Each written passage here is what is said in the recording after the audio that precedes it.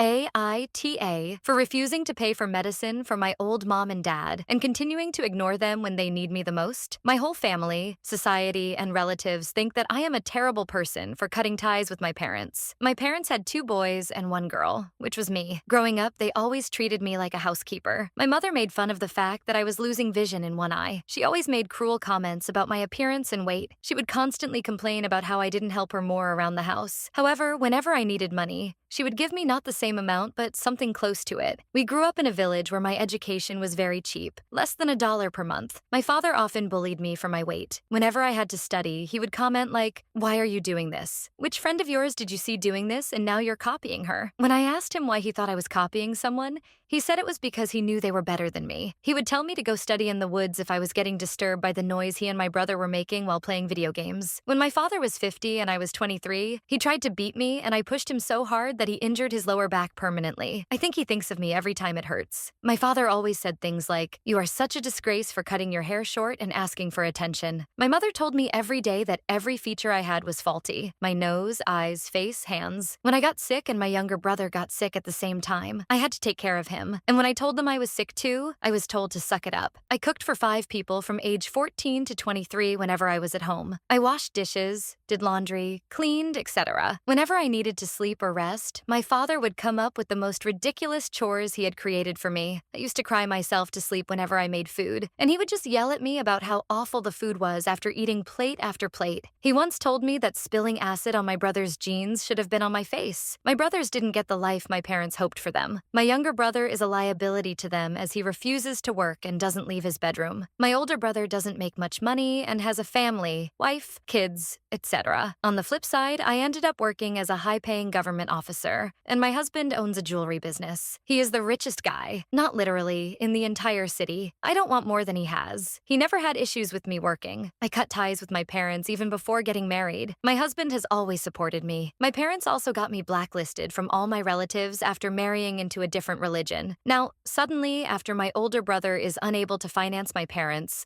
they call me out of nowhere to ask for a significant amount of money, and in the future to provide for their food, medicine, and other needs. I said no, I would never do that. They then called everyone who still maintains contact with me, saying how awful I am, ungrateful, and using all the worst names you can hear about yourself. So Aita, for refusing to pay for medicine for my old mom and dad and continuing to ignore them when they need me the most,